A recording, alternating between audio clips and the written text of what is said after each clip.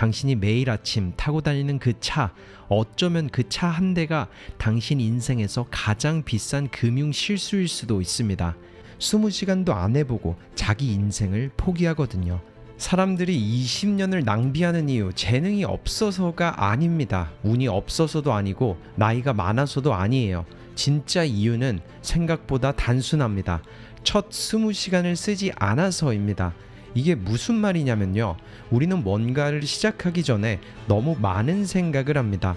내가 이걸 할 수 있을까? 지금 시작해도 너무 늦은 거 아니야? 나는 원래 이런 거 잘 못하는 사람이잖아. 근데 그거 아세요? 그렇게 고민하는 동안 시간은 진짜로 지나가고 있습니다. 영어 공부해야지 하면서 10년, 운동해야지 하면서 5년, 돈 공부해야지 하면서 또 몇 년. 그러니까 이게 되게 이상한 거예요. 진짜 필요한 건 인생을 뒤집을 엄청난 결심이 아닐 수 있거든요. 완벽한 준비도 아닐 수 있어요. 그냥 첫 20시간일 수 있습니다. 조시 카우프만이라는 사람이 있습니다. 작가이자 키노트 스피커고 처음 20시간의 법칙이라는 책을 쓴 사람이에요. 이 사람이 말하는 핵심은 이겁니다.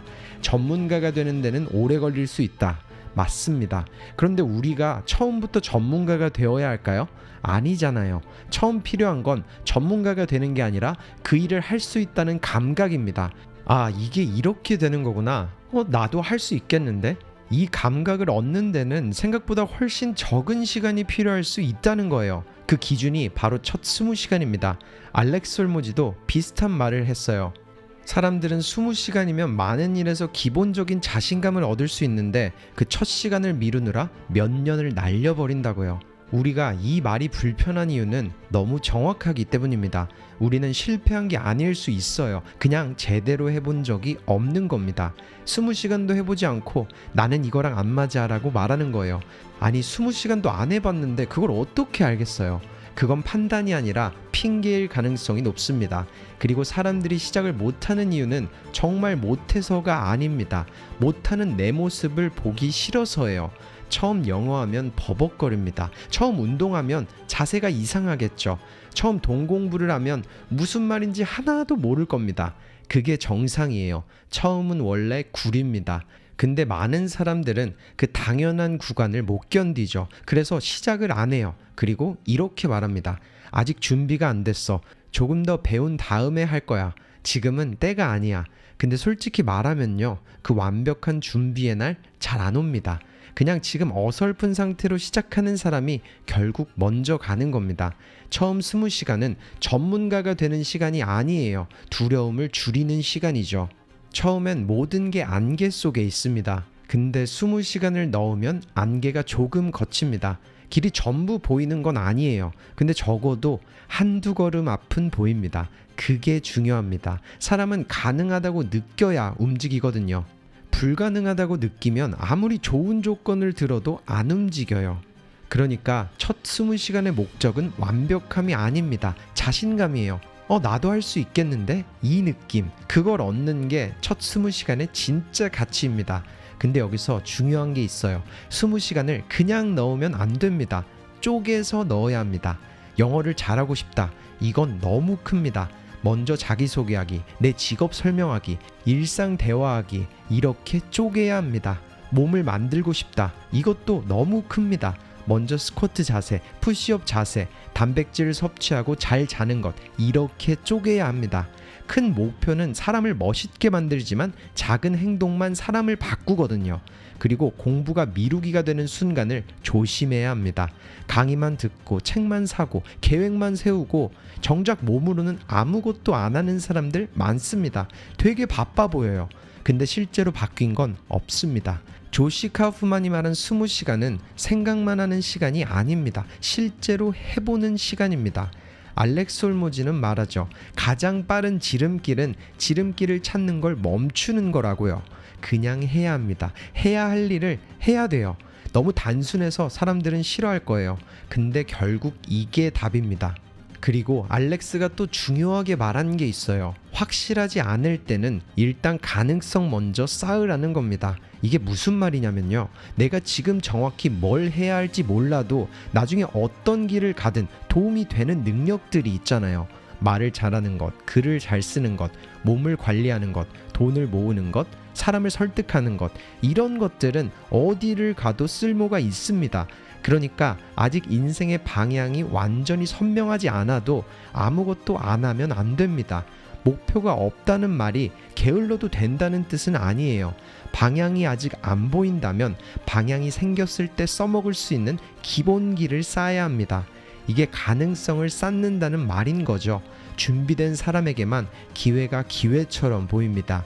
준비가 안 된 사람에게는 기회가 와도 부담처럼 보이고 위험처럼 보이고 귀찮은 일처럼 보입니다. 좋은 기회가 왔는데 말을 못해서 놓칩니다. 돈을 벌 기회가 왔는데 팔 줄 몰라서 놓칩니다. 무대가 왔는데 준비가 안 돼서 도망가는 거죠. 그러니까 뭘 해야 할지 모르겠다면 아무것도 하지 말라는 뜻이 아니에요. 내 몸, 내 말, 내 돈, 내 실력, 이 기본기를 조금씩 쌓아야 합니다. 왜냐하면 실력은 그냥 더해지는 게 아니라 어느 순간 곱해지거든요. 다시 한번 말하지만 더하기가 아니라 어느 순간부터 곱하기가 되는 거예요. 글을 잘 쓰는 사람이 말도 잘하면 강해지고 말을 잘하는 사람이 팔 줄도 알면 더 강해져요. 팔 줄 아는 사람이 돈의 흐름까지 이해하면 그 사람은 완전히 달라집니다.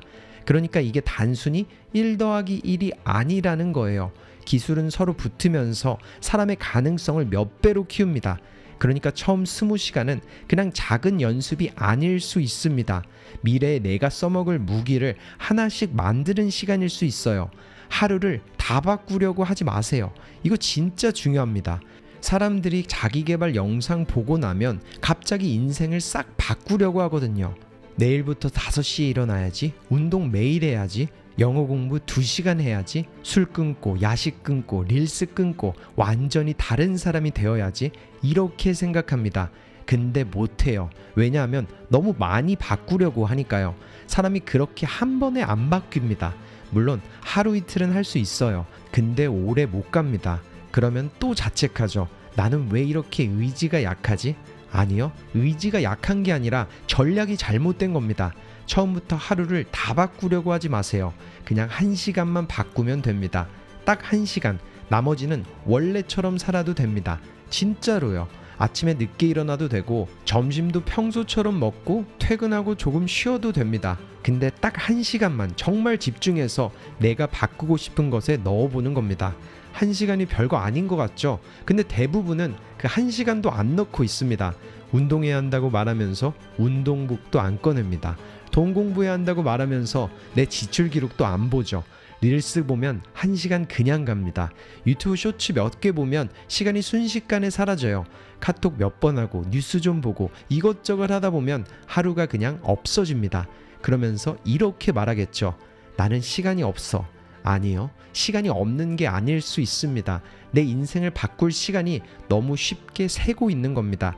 하루 1시간이면 20일, 하루 45분이면 한 달 정도, 그렇게 첫 20시간은 만들 수 있습니다. 그리고 그 20시간이 당신을 전문가로 만들지는 않을 겁니다. 하지만 당신을 도망치는 사람에서 시작한 사람으로는 바꿔줄 수 있습니다. 홀모지는 이걸 이렇게 말하더라고요. 사람에게는 퀘스트가 필요하다고요. 저는 이 말이 되게 좋습니다. 퀘스트, 거창하게 들릴 수 있는데 쉽게 말하면 내가 향해 가는 방향입니다. 사람은 방향이 없으면 약해지니까요. 몸이 약해지는 게 아니라 눈빛이 약해져요. 하루가 흐릿해지고 아침에 일어날 이유가 약해지고 작은 유혹에 쉽게 무너지고 남들의 말에 쉽게 흔들립니다. 왜냐하면 지켜야 할 방향이 없으니까요. 목표가 있는 사람은 싫어도 움직입니다. 피곤해도 합니다. 귀찮아도 합니다. 무서워도 시작합니다. 왜냐하면 가야 할 곳이 있으니까요. 반대로 목표가 없는 사람은 기분에 따라 살아요. 기분이 좋으면 하고 기분 나쁘면 안 하고 피곤하면 미루고 무서우면 포기합니다. 그렇게 몇 년이 지나가는 거죠. 그리고 어느 날 깨달아요. 내가 뭘 하면서 산 거지? 이게 무서운 겁니다. 실패보다 무서운 건 아무것도 향해 가지 않는 삶입니다. 실패는 적어도 움직인 결과인 거고 목표 없는 삶은 움직이지 않은 결과예요. 여러분이 지금 무기력하다면 에너지가 없는 게 아닐 수 있습니다. 퀘스트가 없는 걸 수도 있어요. 진짜 원하는 게 생기면 사람은 생각보다 강해지거든요. 시간도 만들고 돈도 아끼고 쓸데없는 관계도 정리합니다. 그러니까 너무 크게 생각하지 말고 딱 하나만 정해보세요. 나는 6개월 안에 이 기술을 배우겠다. 나는 1년 안에 이 몸을 만들겠다. 나는 가족에게 더 이상 돈 걱정을 시키지 않겠다. 이렇게 하나의 방향이 생기면 해야 할 일이 보입니다. 해야 할 일이 보이면 불안이 줄어들어요. 불안은 할 일이 없어서 생기는 게 아니라 할 일이 너무 많은데 우선순위가 없을 때 생기는 겁니다. 그래서 지금 필요한 건 더 많은 정보가 아니라는 거죠. 그냥 하나를 고르는 겁니다. 그리고 거기에 첫 20시간을 써보세요. 오늘 해야 할 일은 간단합니다. 내가 계속 미루고 있던 것, 5년째 말만 하고 있던 것, 언젠가 하겠다고 뒤로 미루던 것, 그걸 하나 고르세요. 그리고 이렇게 말하는 겁니다. 나는 이걸 잘하려고 시작하는 게 아니다. 일단 20시간만 넣어보려고 시작한다. 20시간 동안 못해도 됩니다. 어색해도 됩니다. 결과가 없더라도 괜찮습니다. 그 시간 동안은 판단하지 말고 그냥 넣는 겁니다. 왜냐하면 대부분의 사람들은 20시간도 안 해보고 자기 인생을 포기하거든요. 나는 안 맞아.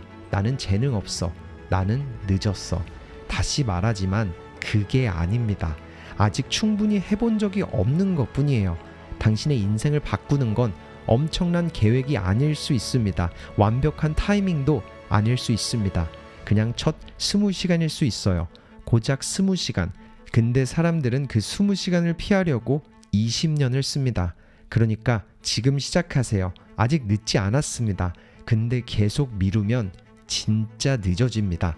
남들처럼 20년을 낭비할 건지 아니면 오늘부터 첫 20시간을 시작할 건지 선택은 거창하게 오지 않습니다. 가끔은 아주 조용히 옵니다. 오늘 밤 휴대폰을 내려놓고 딱 1시간을 시작하는 순간처럼 말이죠. 그럼 저는 빠르진 않더라도 확실하게 인생을 바꿀 수 있는 또 다른 메시지로 돌아오겠습니다. 감사합니다. 터닝포인트였습니다. 가난한 사람들은 자존심을 할부로 해결합니다. 당신이 백만장자가 되지 못하는 이유는 커피를 많이 마셔서가 아닙니다. 배달 음식을 시켜 먹어서도 아니고 가끔 여행을 가서도 아니에요. 진짜 이유는 따로 있을 수 있습니다. 당신이 매일 아침 타고 다니는 그 차, 어쩌면 그 차 한 대가 당신 인생에서 가장 비싼 금융 실수일 수도 있습니다. 물론 많은 사람들은 이렇게 말하죠. 그래도 차는 필요하잖아요. 출퇴근하려면 어쩔 수 없어요. 나도 이 정도는 탈 자격 있잖아요. 맞습니다. 차가 필요할 수도 있어요. 차가 삶의 질을 높여줄 수도 있고 차가 없으면 일 자체가 어려운 사람들도 있습니다. 그러니까 오늘은 차를 절대 사지 마세요가 아닙니다. 오늘 이야기하려는 건 이겁니다. 당신은 차를 산 게 아니라 어쩌면 미래의 백만장자 자리를 팔아버렸을지도 모른다는 것. 그리고 더 무서운 건요. 대부분의 사람들은 그 사실을 전혀 모른다는 겁니다. 왜냐하면 차는 가난해지는 느낌을 주지 않거든요. 오히려 반대죠. 새 차를 타면 성공한 것 같습니다. 하차감이라고 흔히들 말하며 좋은 차를 타면 남들이 나를 다르게 보는 것 같고 할부로 뽑은 차라도 운전석에 앉는 순간만큼은 내가 뭔가 이룬 사람처럼 느껴집니다. 그런데 바로 그 순간부터 돈은 당신 편이 아니라 당신의 반대편에서 일하기 시작하죠. 마크 틸버리는 자동차를 이렇게 봅니다. 많은 사람들에게 자동차는 가장 조용한 부의 살인자라고요. 이 말이 좀 세게 들리죠? 근데 생각해보면 맞습니다. 집값이 비싼 건 모두가 압니다. 세금이 고통스러운 것도 알아요. 물가가 오르는 건 매일 느끼죠. 그런데 자동차는 이상하게 사람들이 방심합니다. 왜냐하면 차는 지출처럼 보이지 않고 성공처럼 보이기 때문입니다. 그래서 사람들은 자동차에 돈을 잃으면서도 기분은 좋아요. 그게 제일 위험한 겁니다. 가난은 늘 고통스럽게 오는 게 아니거든요. 가끔 가난은 새 차 냄새를 풍기면서 옵니다. 오늘은 자동차가 왜 평범한 사람들의 부를 갉아먹는지, 왜 이 자동차 하나만 제대로 통제해도 백만장자에 가까워질 수 있는지, 그리고 부자들은 차를 어떻게 다르게 바라보는지 6가지로 이야기해 보겠습니다. 첫 번째, 월 납입금만 보는 순간 이미 졌습니다. 대부분 사람들이 차를 살 때 제일 먼저 묻는 질문이 있어요. 월 얼마예요? 이거죠. 월 60만 원이에요? 월 80만 원이에요? 월 100만 원이에요? 그리고 그 숫자를 듣고 생각합니다. 이 정도면 감당할 수 있겠는데? 바로 여기서부터 문제가 시작됩니다. 왜냐하면 월 납입금은 차의 진짜 가격이 아니거든요. 차는 할부금만 내고 끝나는 물건이 아닙니다. 보험료가 있고 기름값이 있어요. 주차비도 있습니다. 정비비도 있고 타이어도 갈아야 하고 엔진 오일도 갈아야 하며 세금도 내야 하죠. 사고라도 나면 예상 못한 돈이 또 나갑니다. 라미세트가 이 부분을 정말 강하게 말하죠. 차를 볼 때는 월 납입금이 아니라 총 소유 비용을 봐야 한다고요. 총 소유 비용, 쉽게 말하면 그 차가 실제로 당신 통장에서 가져가는 모든 돈입니다. 예를 들어 볼게요.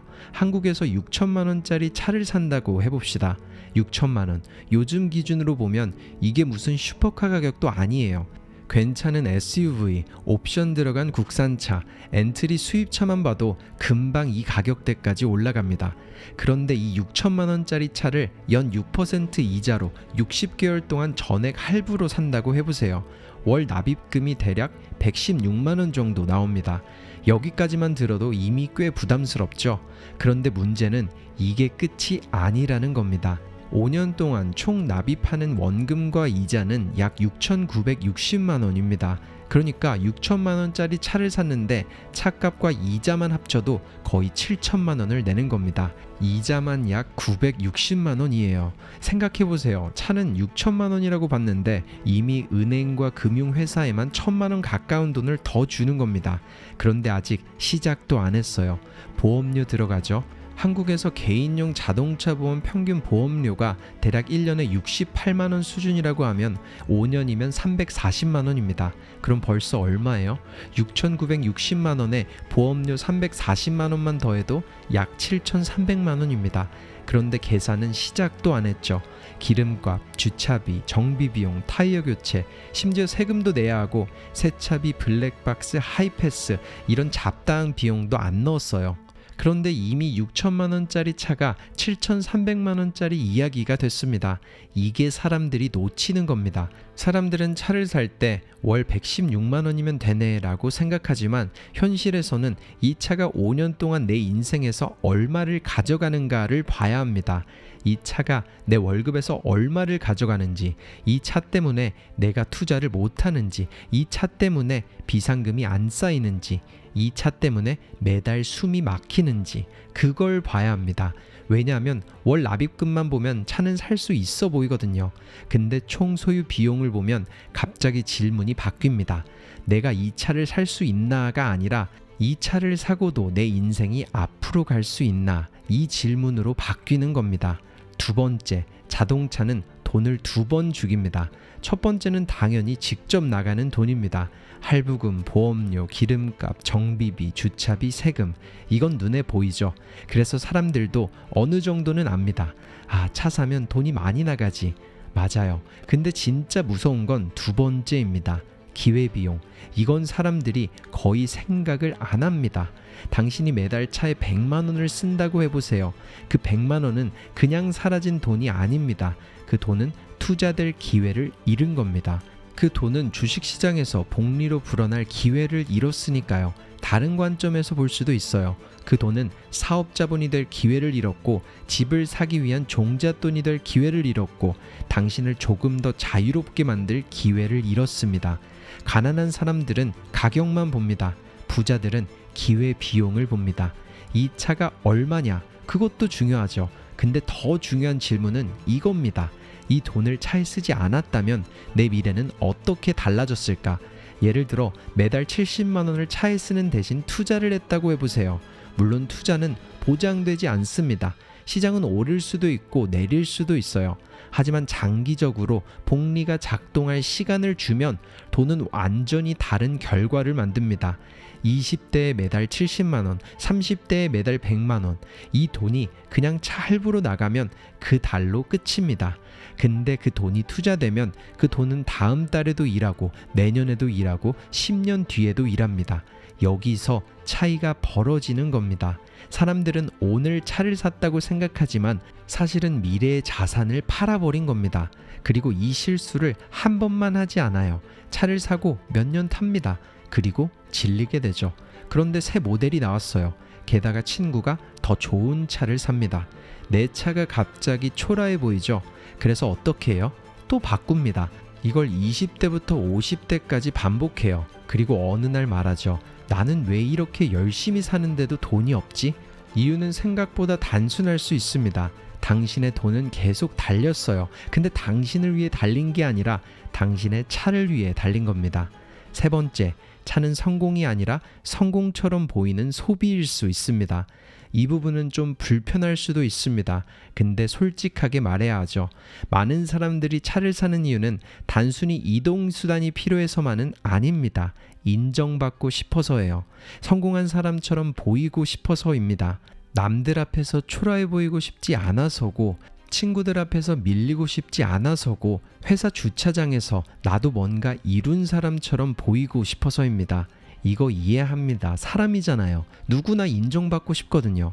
누구나 멋져 보이고 싶고 내가 열심히 산 만큼 눈에 보이는 보상을 갖고 싶습니다. 문제는 진짜 성공과 성공처럼 보이는 소비가 헷갈릴 때입니다. 좋은 차는 당신을 성공한 사람처럼 보이게 만들 수 있습니다. 근데 실제로 성공하게 만들어주지는 않습니다. 오히려 반대로 성공으로 가는 속도를 늦출 수 있어요. 아니, 그게 기정사실입니다. 생각해보세요. 사람들은 낡은 차를 타는 사람에게 박수치지 않습니다. 10년 된 아반떼를 깔끔하게 타고 다니면서 매달 100만 원씩 투자하는 사람을 보고 아무도 환호하지 않아요. 근데 새 BMW를 할부로 끌고 오면 사람들이 말합니다. 와, 잘 나가네. 성공했네. 멋있다. 그런데 중요한 건 이겁니다. 박수는 남이 치지만 할부는 당신이 냅니다. 칭찬은 잠깐이지만 납입금은 몇 년을 가니까요. 사람들은 당신의 차를 보고 감탄하지만 당신의 통장 잔고는 보지 않습니다. 사람들은 당신이 뭘 타는지는 보지만 당신이 무엇을 포기했는지는 몰라요. 당신이 그 차 때문에 투자를 못하고 있는지, 비상금을 못 만들고 있는지, 월급날만 기다리면서 사는지, 부모님께 손 벌리면서도 차는 좋은 걸 타고 있는지, 그건 아무도 모릅니다. 그래서 가장 위험한 가난은 겉으로는 부자처럼 보이는 가난입니다.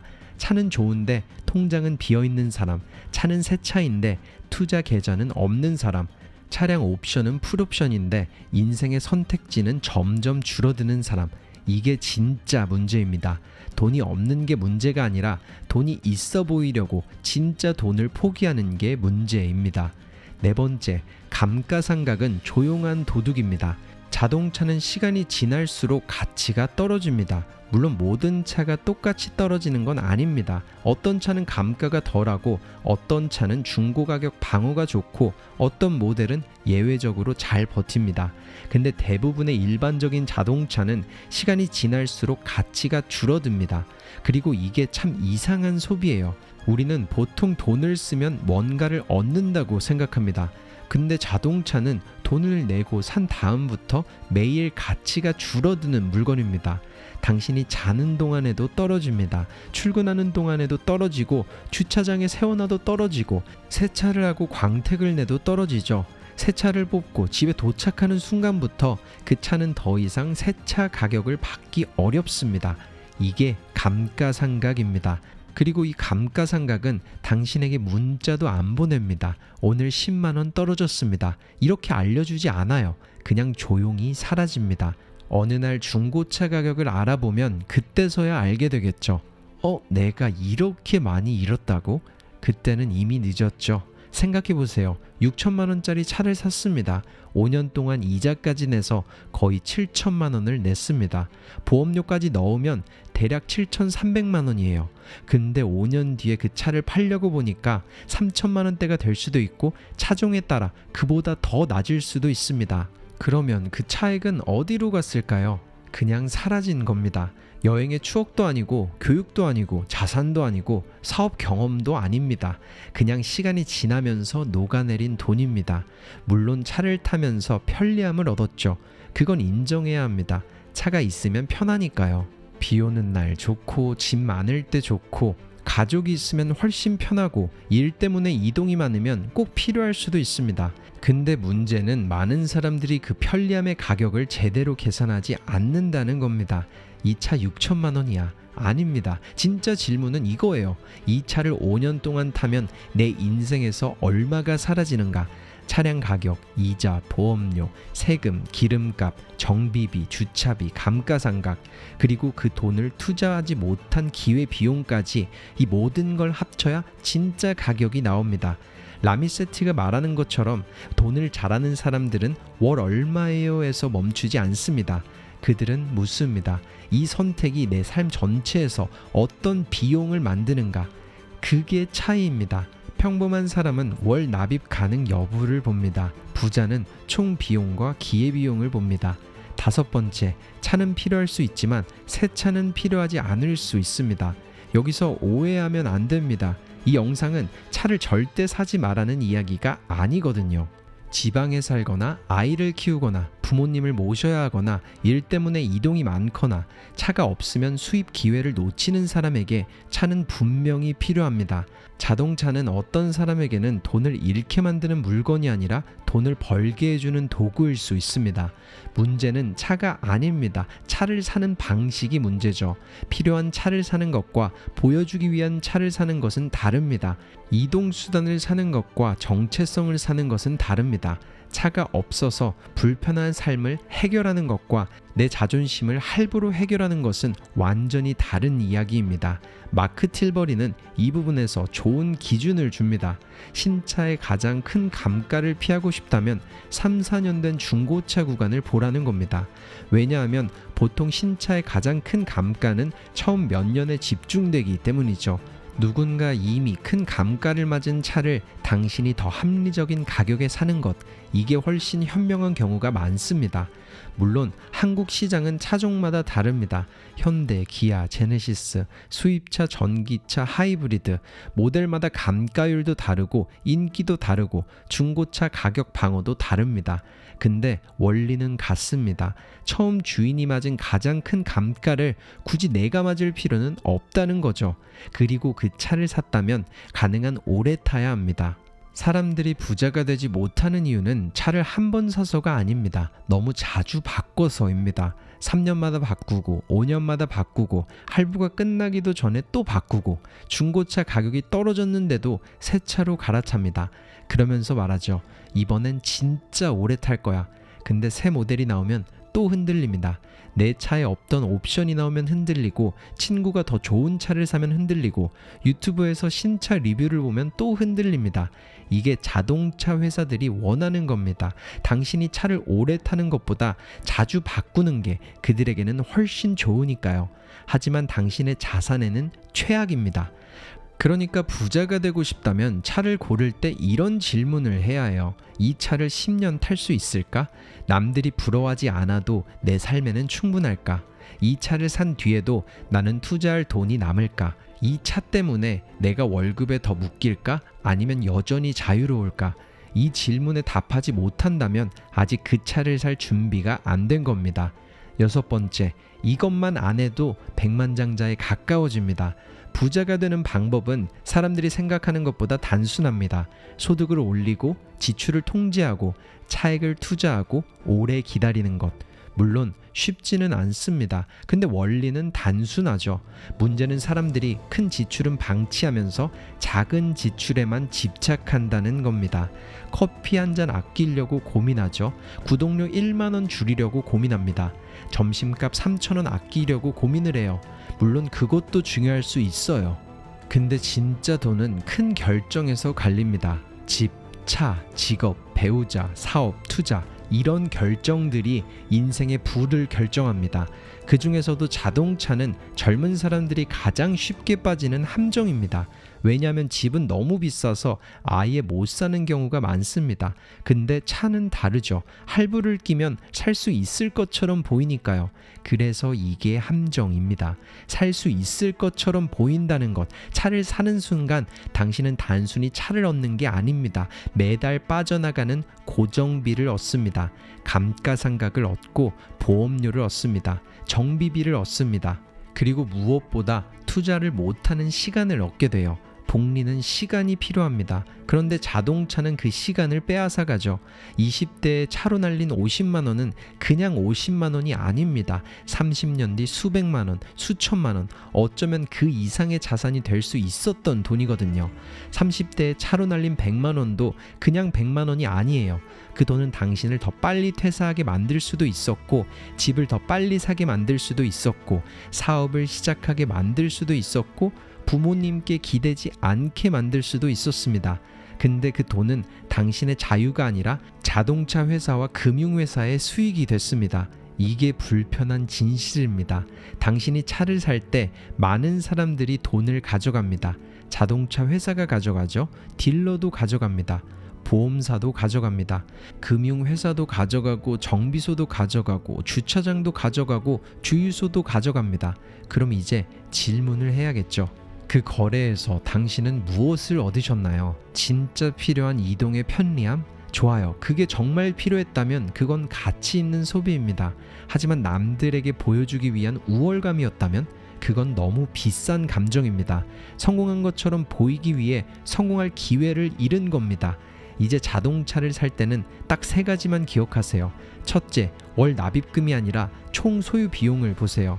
할부금의 보험료, 기름값, 세금, 정비비, 주차비까지 전부 합쳐야 합니다.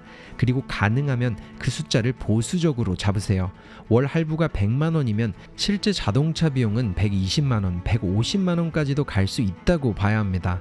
둘째, 차량 총 비용이 월 소득을 잡아먹게 만들지 마세요. 기준은 사람마다 다를 수 있습니다. 하지만 자동차 때문에 저축과 투자가 멈춘다면 그 차는 이미 비싼 차입니다. 차량 가격이 비싸서 비싼 차가 아니에요. 당신의 미래를 멈추게 만들면 그게 비싼 차입니다. 셋째, 차를 살 거면 오래 타세요. 3년마다 바꾸지 마세요. 5년마다 바꾸지 마세요. 할부가 끝났다고 바로 새 차를 보지 마세요. 할부가 끝난 순간이 진짜 자산을 만들기 시작할 기회입니다. 그때부터 매달 나가던 돈을 투자하세요. 그때부터 차가 당신의 발목을 잡는 게 아니라 당신의 자산 형성을 도와주는 시간이 됩니다. 부자들은 차를 안 타는 사람들이 아닙니다. 부자는 차에 잡아먹히지 않는 사람들입니다. 돈을 쓰지 않는 게 아니라 돈이 어디로 가는지 알고 쓰는 겁니다. 그들은 좋은 차를 싫어하는 게 아니라 좋은 차보다 더 중요한 것이 자유라는 걸 아는 겁니다. 당신에게 차가 필요할 수도 있어요. 하지만 새 차가 필요하진 않을 수 있습니다. 당신에게 이동수단은 필요할 수 있겠지만 남들의 인정까지 할부로 살 필요는 없습니다. 다시 말하지만 차를 살 수는 있어요. 근데 그 차가 당신의 미래를 사라지게 만든다면 그건 구매가 아니라 포기입니다. 백만장자가 되는 길은 항상 더 많이 버는 것에서만 시작되지 않습니다. 가끔은 가장 멍청한 큰 지출을 하지 않는 것에서 시작됩니다. 그리고 많은 사람들에게 그 첫 번째 지출이 바로 자동차입니다. 그러니 다음에 차를 사고 싶어질 때 딜러에게 묻기 전에 스스로에게 먼저 물어보세요. 나는 이 차를 사는 건가? 아니면 남들에게 보여주고 싶은 내 이미지를 사는 건가? 나는 이동 수단을 사는 건가? 아니면 미래의 자유를 조금씩 팔고 있는 건가? 나는 지금 성공에 가까워지는 건가? 아니면 성공한 척하는 비용을 내고 있는 건가? 이 질문에 정직하게 답할 수 있다면 당신은 이미 대부분의 사람들보다 앞서 있습니다. 왜냐하면 대부분의 사람들은 차를 살 때 계산하지 않거든요. 느낌으로 삽니다. 자존심으로 삽니다. 남의 시선으로 삽니다. 그리고 몇 년 뒤에야 깨닫습니다. 차는 내 것이었지만 내 월급은 차의 것이었다는 걸. 기억하세요. 부자는 비싼 차를 타서 부자가 된 게 아닙니다. 부자가 된 뒤에 비싼 차를 감당할 수 있게 된 겁니다. 순서를 바꾸면 인생이 꼬입니다. 먼저 자산을 만드세요. 먼저 투자 계좌를 키우세요. 먼저 비상금을 만들고 자유를 사세요. 그 다음에 차를 사도 늦지 않습니다. 오히려 그때 사는 차가 진짜 당신의 차입니다. 할부가 허락한 차가 아니라 당신의 자산이 허락한 차. 남에게 보여주기 위한 차가 아니라 당신의 삶을 더 편하게 만드는 차. 그게 진짜 부자의 방식입니다. 오늘의 결론은 간단합니다. 차를 사지 말라는 게 아니에요. 차 때문에 가난해지지 말라는 겁니다. 자동차는 당신을 목적지까지 데려다 줄 수 있습니다. 하지만 잘못 사면 당신이 가야 할 인생의 목적지에서 가장 멀리 떨어뜨릴 수도 있습니다. 그러니 기억하세요. 당신이 오늘 사고 싶은 그 차 한 대가 미래의 1억, 5억, 10억을 조용히 잡아먹을 수 있습니다. 그리고 이것만 피해도 당신은 생각보다 훨씬 빠르게 백만장자에 가까워질 수 있습니다. 남들처럼 보이기 위해 살 것인가? 아니면 남들과 다르게 살면서 진짜 부자가 될 것인가? 선택은 늘 조용히 찾아옵니다. 그럼 저는 더 나은 삶을 만드는 다음 영상에서 찾아뵙겠습니다. 감사합니다. 터닝포인트였습니다.